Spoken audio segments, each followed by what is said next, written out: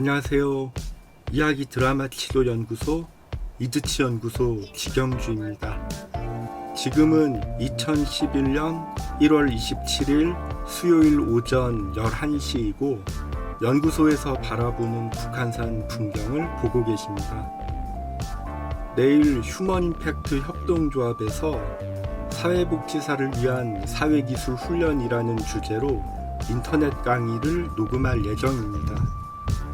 그래서 이번 시간에는 사회기술 훈련을 위한 사회학습 이론을 소개하면서 지경주식 드라마 치료에 어떤 영향을 주었는지 설명하고 싶습니다.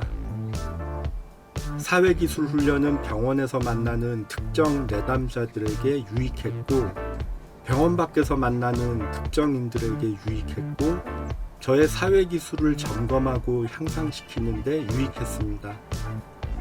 사회기술 훈련의 유익함은 지금도 계속되고 있습니다.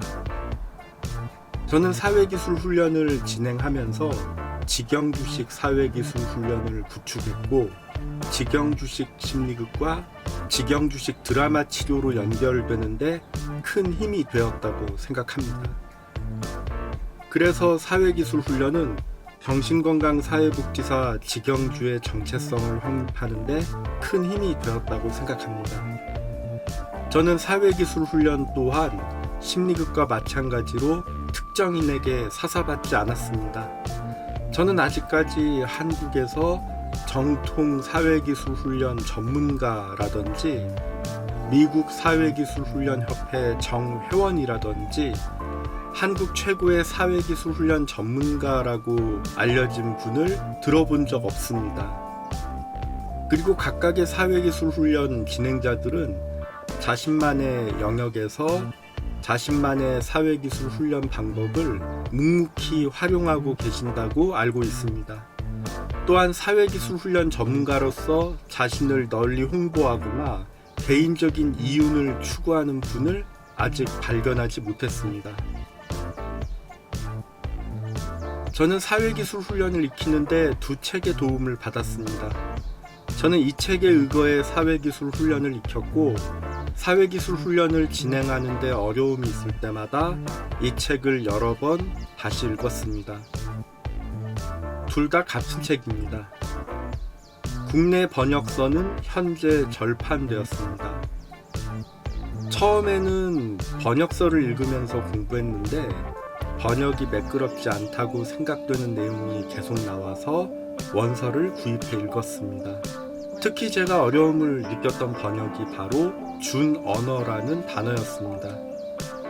사회기술 훈련 체계에는 언어, 비언어, 준언어로 구분했는데 우리말에는 준언어라는 단어가 없습니다. 원서를 살펴보면서 준언어의 의미를 이해하는 데 도움되었습니다. 준언어는 말의 고저, 장단, 강약, 억양 등을 의미합니다. 그렇기 때문에 국어학 전공자로서 깊이 있게 연구하는 것이 아니라면 준언어는 언어에 포함해도 괜찮을 것 같습니다. 사회기술 훈련의 관점에서 보는 사회학습 이론은 다음과 같습니다. 사람들은 다른 사람의 행동을 관찰하고 자신의 행동 발생 후 일어나는 긍정적 결과 혹은 부정적 결과를 경험하면서 사회적 행동을 습득한다고 본다. 그래서 사회기술 훈련은 진행자 혹은 시범을 보여줄 만한 사람의 특정 행동을 내담자가 직접 관찰하고 자신이 직접 실행해 보면서 긍정적인 결과 혹은 부정적인 결과를 경험하면서 특정 사회적 행동을 습득한다고 봅니다. 역할극을 활용한 사회기술 훈련을 진행하다 보니 저는 사회기술 훈련에 보다 많은 관심을 가질 수 있었고, 사회기술 훈련은 제가 정신건강 사회복지사로서 일하는 데 유용한 방법 중 하나가 되었습니다. 여기서 잠시 문장을 다듬어 보는 시간을 갖겠습니다. 제가 만나는 내담자들은 안전하게 사회기술을 훈련받아야 한다고 생각하기 때문에 특정 문장을 수정하였습니다. 그것은 바로 부정적이라는 단어를 삭제하는 것입니다. 그래서 사회기술 훈련은 진행자 혹은 시범을 보여줄 만한 사람의 특정 행동을 내담자가 직접 관찰하고 자신이 직접 실행해 보면서 긍정적인 결과를 경험하면서 특정 사회적 행동을 습득한다고 봅니다. 사회기술 훈련에서는 관찰학습, 강화, 행동, 조성, 과학습, 일반화 기법을 주로 사용한다고 합니다. 관찰학습은 누군가를 관찰하면서 사회기술을 배우는 것입니다. 즉, 누군가 특정 기술을 사용하는 모습을 잘 관찰한 뒤 내가 직접 따라해보면서 배우는 것입니다. 저는 정신건강의학과에서 사회기술 훈련 프로그램을 진행하면서 제가 직접 시범 조교 혹은 모델이 되어 특정 사회기술을 시범적으로 보여주었고 환자들이 저의 사회기술을 관찰하고 연습해 보도록 진행했습니다. 어떤 행동을 한 후에 긍정적인 결과가 나타날 경우 앞으로 그 행동이 다시 나타날 가능성이 증가하는 것을 강화라고 합니다.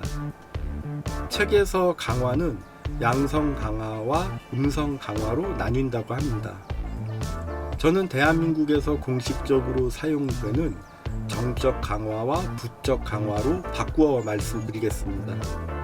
정적 강화는 어떤 행동 후 바람직하거나 원하는 결과를 얻는 것으로 누군가 대상자를 향한 긍정적인 강화를 통해 대상자의 의미 있는 특정 행동을 증가시키도록 하는 것입니다. 칭찬은 고래도 춤추게 한다라는 책이 문득 생각납니다. 부적 강화는 어떤 행동을 한 후에 불쾌한 자극이 제거되거나 감소되는 것으로 이것은 부정적인 강화를 통해 의미 있는 특정 행동을 증가시키는 것입니다.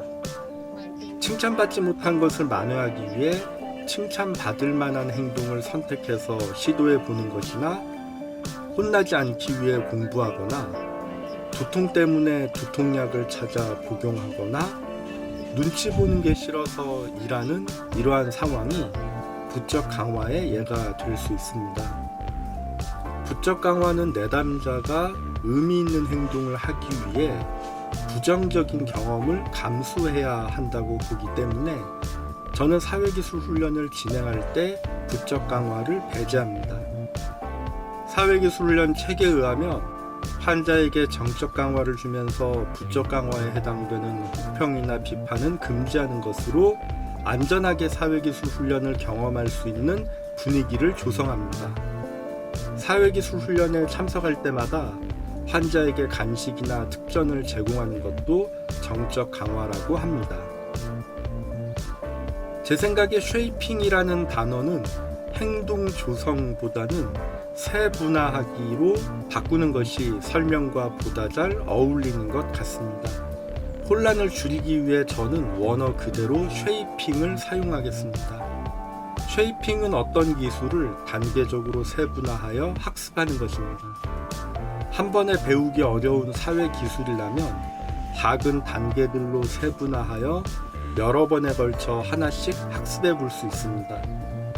예를 들어 분노 조절에 어려움을 호소하는 내담자가 있을 때 저는 분노 감지하기, 분노 감지 후 폭발하지 않기, 폭발 대신 말로 표현하기라는 세 단계로 세분화하고 각 단계에 맞는 방법을 찾아보고 선택해보고 연습해보도록 합니다. 과학습은 어떤 기술을 자동적으로 수행할 정도가 될 때까지 반복 연습하는 것으로 정해진 시간 외에도 스스로 연습하도록 과제를 제시합니다. 예를 들어 월요일에 사회기술 훈련을 진행했다면 다음 주 월요일에 있을 사회기술 훈련 시간까지 과제를 수행하고 다음 사회기술 훈련 시간에 검토받는 것입니다. 저는 가급적 과제를 제시하지 않고 다음 사회기술 훈련 시간에 복습하고 필요에 따라서 한 번 더 언급하는 식으로 과학습을 대신합니다. 일반화는 습득한 사회기술을 다른 상황에서도 적용하는 것입니다. 사회기술 훈련의 효과를 입증하려면 사회기술이 필요할 때 곧바로 사용할 수 있어야 합니다. 일반화는 사회기술 훈련의 효과를 극대화시킬 수 있는 방법이라고 합니다. 일반화를 위해 과제를 제시하고 수행하는 방법도 있고, 내담자가 특정 사회기술을 일상에서 사용할 수 있도록 주위 사람들이 권유하는 방법도 있습니다. 저의 경우 주위 사람들이 사회기술 훈련에서 배운 것을 활용해 보도록 권유하는 방법을 많이 활용합니다. 이 방법을 잘 활용하려면 담당 직원, 가족, 친구, 동료 등 내담자가 마주하는 사람들의 협조가 필요합니다. 그리고 권유할 때는 재촉하지 말고 차분한 태도로 말하고, 내담자가 권유에 응하지 않을 경우 이에 대한 부정적인 반응을 삼가하며 이러한 일이 있었음을 담당자에게 알려주도록 부탁합니다. 이상 사회기술 훈련에서 활용하는 기법들을 설명했습니다. 이제는 직영주식 심리극을 연결해서 말씀드리고 싶습니다. 관찰학습은 누군가를 관찰하면서 사회기술을 배운다고 했습니다. 심리극에서는 역할 바꾸기, 개혁을 활용한 거울기법, 이중자 기법을 통해 관찰학습을 시도하는 경우가 있습니다. 조금 더 부드럽게 대화하는 모습이나 혹은 분노 표현을 시범 보여주면서 관찰학습을 시도하는 상황을 예로 들어보겠습니다. 역할 바꾸기의 경우 보조자가 주인공이 되어 조금 더 부드럽게 대화하는 모습이나 혹은 분노 표현을 시범 보여줄 수 있습니다. 이때 주인공은 상대방의 역할을 맡으면서 자신의 역할을 맡은 보조자의 연기를 통해 관찰학습을 할 수 있습니다.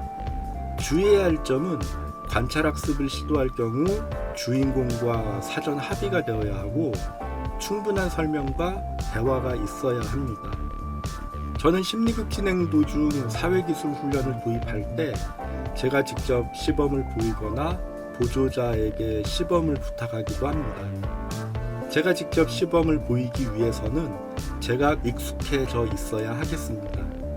단연간 사회기술 훈련을 진행해온 덕분에 저 또한 다양한 사회기술을 점검해 볼 수 있었고, 때와 장소, 상대에 맞는 적절한 사회기술을 어느 정도 수행할 수 있게 되었습니다. 저는 사회기술 훈련의 도움을 받은 사람이기도 합니다. 보조자에게 시범을 부탁할 경우 진행자는 보조자와 소통하면서 특정 사회기술을 원활하게 잘 표현할 수 있도록 도와야 합니다. 어떨 때는 보조자가 특정 사회기술을 표현하는데 어려움을 보일 수도 있습니다. 이때는 보조자와 논의하면서 끝까지 사회기술을 표현해 보도록 진행해 보거나, 양해를 구하고 다른 보조자로 교체하거나 진행자가 직접 표현해 보도록 진행할 수도 있습니다. 특정 사회기술을 표현하는데 어려움을 보이는 보조자가 자칫 사람들의 비난이나 비판의 대상이 되지 않도록 주의해야겠고, 보조자가 특정 사회기술을 잘 익히도록 돕는 것도 진행자의 의무이자 책임이라고 생각합니다. 그리고 부득이하게 보조자가 중간에 교체될 경우 이후 뒷수습도 진행자의 의무이자 책임이라고 생각합니다. 특정 사회기술을 표현하는데 어려움을 보이는 보조자는 주인공과 상호작용하면서 보다 의미있고 풍성한 이야기로 연결될 수도 있다고 생각합니다. 이 또한 진행자의 의무이자 책임이라고 생각합니다. 저는 심리극 진행자가 보조자를 이용해 일방적으로 관찰학습을 시도하는 경우를 목격했습니다. 주인공과 충분한 논의와 합의도 없이 일방적으로 제시된 보조자의 시범을 따라해보라고 진행자가 촉구하고, 망설이는 주인공에게 이 쉬운 것을 왜 못 따라하냐고 닥달하는 것은 부적절한 관찰학습 시도라고 생각합니다. 그리고 보조자에게 과도한 모델 역할을 강요하는 것 또한 부적절한 관찰학습 시도라고 생각합니다. 저는 이러한 진행자의 모습을 목격할 때마다 심리극은 진행자의 인성을 반영한다고 생각합니다. 심리극을 진행하다 보면 주인공 스스로 성숙한 자세로 문제를 해결하는 경우도 있고, 관찰학습을 잘 반영해 의미 있는 연기를 성공적으로 시도하는 경우도 있었습니다. 그때 진행자는 칭찬과 격려 등의 정적 강화를 사용할 수 있습니다. 저는 사회기술 훈련과 마찬가지로 심리극에서도 부적 강화를 배제합니다. 어떤 심리극 진행자는 자신이 시킨 대로 주인공이 연기할 때마다 정적 강화를 사용하고, 자신이 원하는 대로 주인공이 연기하지 않으면 부적 강화를 사용하는데, 저는 이런 식의 부적 강화 사용은 부적절하다고 생각합니다. 어떤 심리극 진행자는 주인공이 시킨 대로 연기하지 않은 것에 대해 반말하거나 호통치거나 화를 냅니다. 어떤 심리극 진행자는 주인공의 특정 언행을 함부로 평가하고 비난하고 벌을 주기도 합니다. 진행자가 보조자와 관객들을 동원해 주인공에게 달라붙어 움직이지 못하게 만들거나, 주인공을 둘러싸게 해서 압박을 가하거나, 주인공을 눕게 한 뒤 사람들이 올라타게 하거나, 주인공에게 형형색색의 천을 여러 개 묶은 뒤 사람들이 잡아당기거나 의자나 물건을 묶어서 움직임에 제약을 가하는 경우가 있었습니다. 진행자는 이 상황에서 주인공에게 "이렇게 사는 게 좋아? 힘들지? 힘든데 왜 그렇게 살아? 네가 네 자신을 이렇게 만든 거야? 더 세게!" 라고 외치면서 주인공을 자극합니다. 진행자가 원하는 대로 주인공이 연기하지 않았다고 해서 진행자가 주인공에게 벌을 주듯 일방적으로 이런 상황을 만드는 것은 부적절하다고 생각합니다. 저는 이미 이런 상황을 하나의 기법처럼 애용하는 심리극 진행자들을 많이 목격했습니다. 저는 이런 방법을 고안하고 전파한 사람에게 책임을 물어야 한다고 생각합니다. 저는 심리극을 배우는 과정에서 이 상황을 자주 목격했고 마음이 무겁고 불편했습니다. 특히 진행자의 지시에 따라 제가 직접 주인공을 압박하는 역할을 수행하게 되면 한동안 강한 죄책감을 느껴야 했습니다. 이런 방법이 주인공에게 어떤 치료적인 효과가 있을지 의문이었습니다.